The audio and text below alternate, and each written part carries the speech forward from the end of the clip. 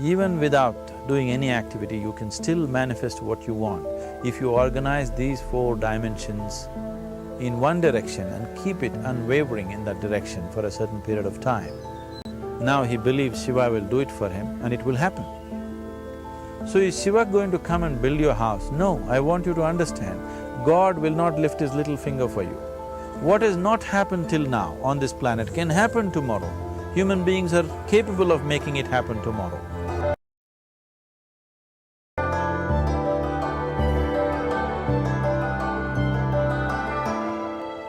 Everything we as human beings have created on this planet was essentially first created in our minds. All that you see, which is human work on this planet, first found expression in the mind, then it got manifested in the outside world.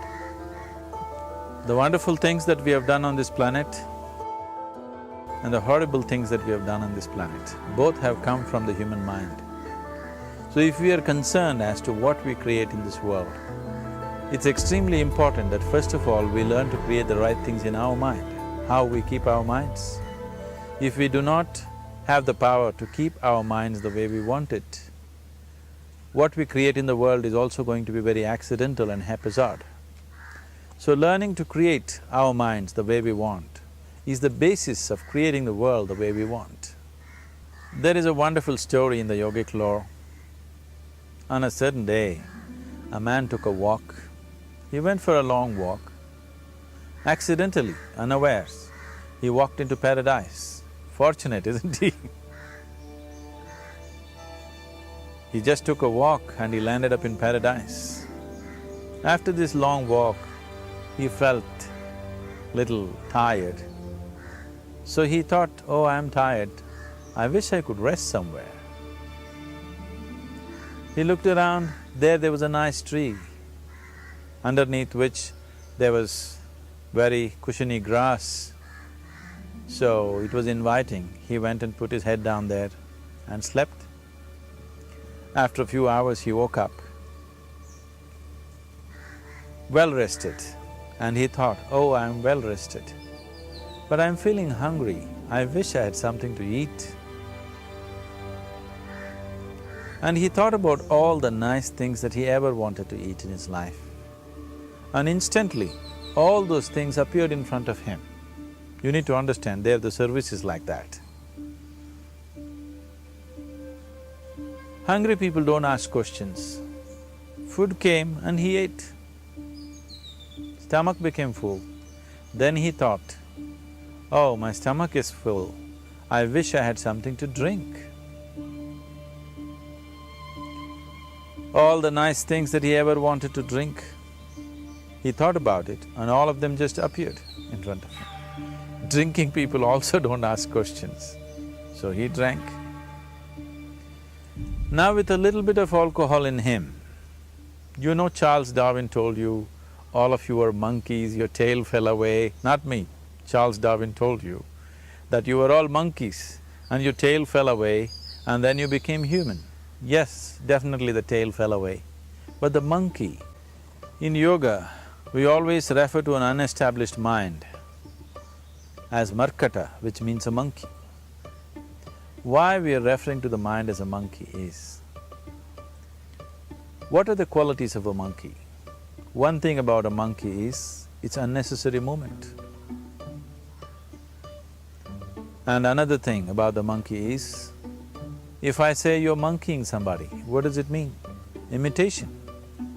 Monkey and imitation have become synonymous. So these two essential qualities of a monkey are very much the qualities of an unestablished mind. Unnecessary movement, you don't have to learn it from the monkey, you can teach it to the monkey. And imitation is full-time job of the mind. So when these two qualities are on, a mind is referred to as a monkey. So this monkey became active within him. He just looked around, thought, what the hell is happening here? I asked for food, food came. I asked for drink, drink came. there must be ghosts around here. And ghosts came. Oh, the ghosts have come, they're going to surround me and torture me, he thought. Immediately the ghosts surrounded him and started torturing him. Then he started screaming in pain and said, oh, they're going to kill me, and he died. Just now he said he's a fortunate being. The problem is he was sitting under a Kalpavriksha or a wishing tree. He asked for food, food came, he asked for drink, drink came, he asked for ghosts, ghosts came, he asked for torture, torture came, he asked for death, death happened. Now don't go looking for these Kalpavrikshas in the forest. You can barely find a tree these days.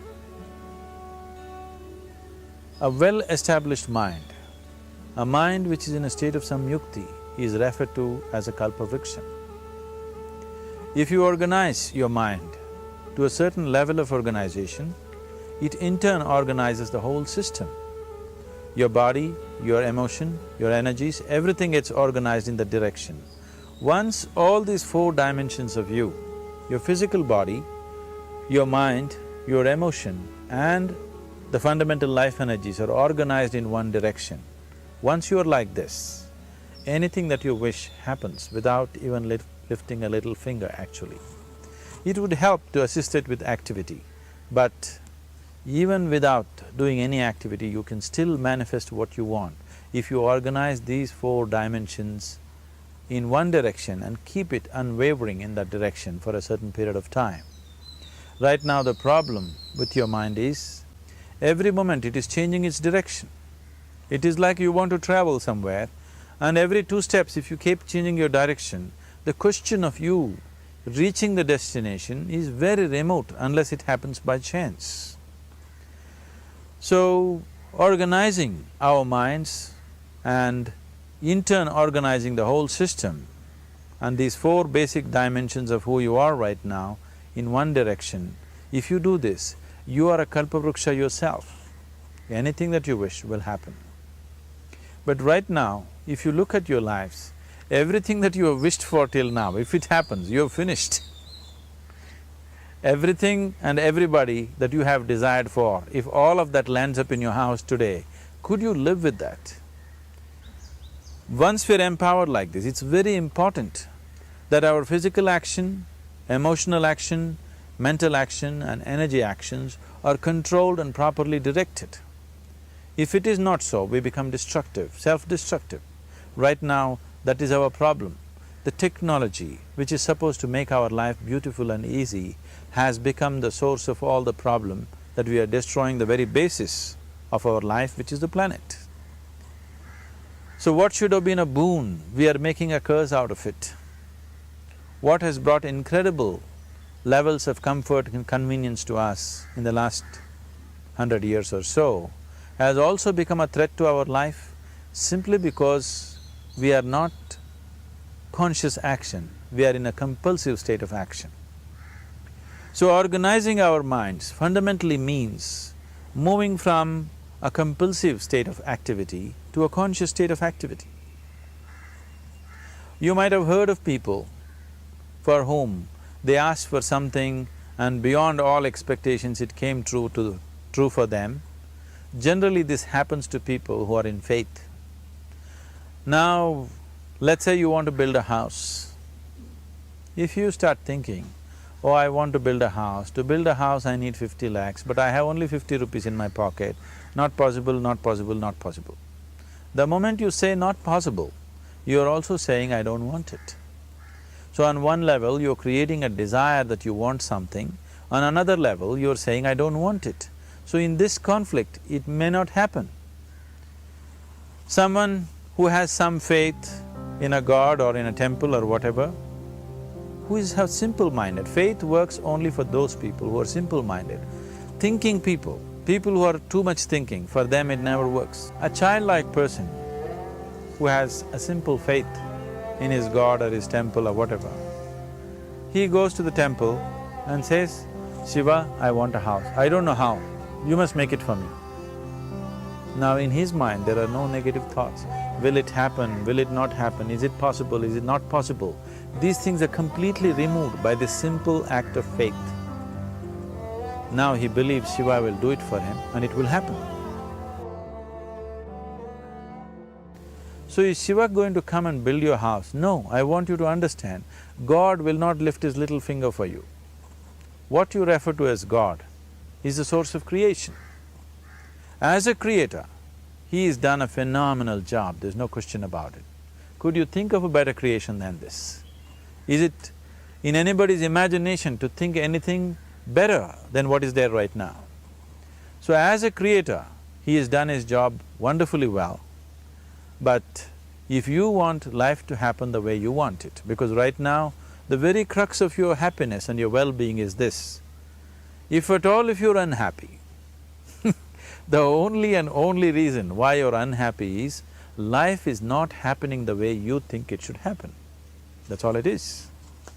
So if life is not happening the way you think it should happen, you're unhappy. If life happens the way you think it should happen, you are happy. It's as simple as that.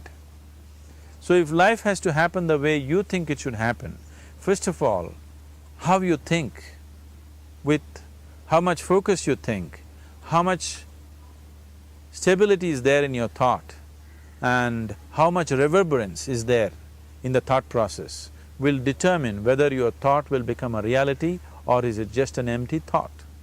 Or how you do not create any impediments for your thought by creating negative thought process. This possible, is something possible or not possible, is destroying humanity. What is possible and not possible is not your business, it's nature's business. Your business is just to strive for what you want. Right now you're sitting here, if I ask you two simple questions, I want you to just look at this and answer this. Right now from where you're sitting, can you just fly off? You say no. Right now from where you're sitting, can you get up and walk? You'll say yes. What is the basis of this? Why you say no to flying and yes to walking? Because past experience of life, many times you've gotten up and walked, never did you fly off. Or in other words, you're using the past experience of life as a basis for deciding whether something is possible or not possible. Or in other words, you have decided that what has not happened till now cannot happen in your life in future. This is a disgrace to humanity and the human spirit. What has not happened till now on this planet can happen tomorrow. Human beings are capable of making it happen tomorrow. So what is possible and what is not possible is not your business. That is nature's business. Nature will decide that. You just see what is it that you really want and strive for that. And if your thought is created in a powerful way, without any negativity, without any negative thoughts bringing down the intensity of the thought process, the first and foremost thing is you must be clear what is it that you really want. If you do not know what you want, the question of creating it doesn't arise. If you look at what you really want, what every human being wants is, he wants to live joyfully, he wants to live peacefully. In terms of its relationships, he wants it to be loving and affectionate. Or in other words, all that any human being is seeking for is pleasantness within himself, pleasantness around him. This pleasantness, if it happens in our body, we call this health and pleasure. If it happens in our mind, we call this peace and joy. If it happens in our emotion, we call this love and compassion. If it happens in our energy, we call this blissfulness and ecstasy. This is all that a human being is looking for. Whether he is going to his office to work, he wants to make money, build a career, build a family, he sits in the bar, sits in the temple, he is still looking for the same thing. Pleasantness within, pleasantness around.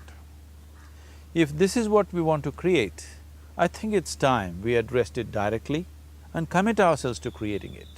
So you want to create yourself as a peaceful human being, joyful human being, loving human being, a pleasant human being on all levels.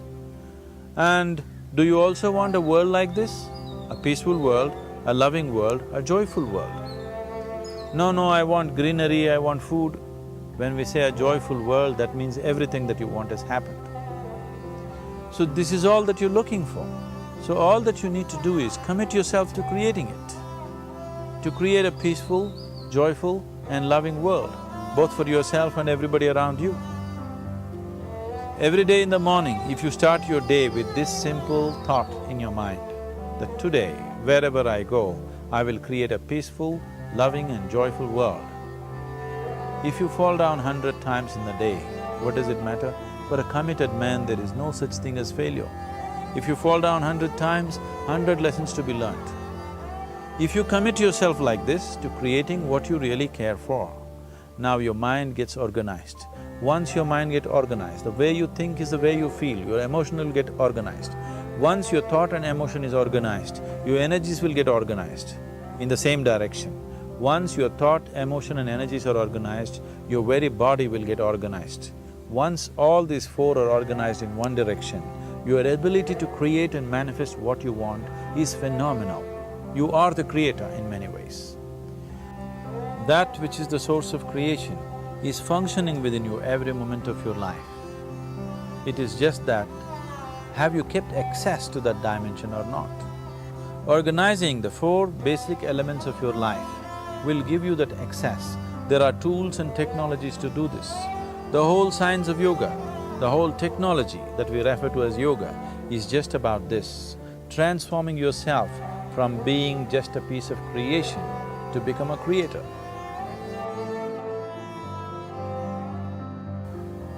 It is my wish and my blessing that every human being in this world should have this access to the source of creation within himself so that he can function here as a creator, not just as a piece of creation.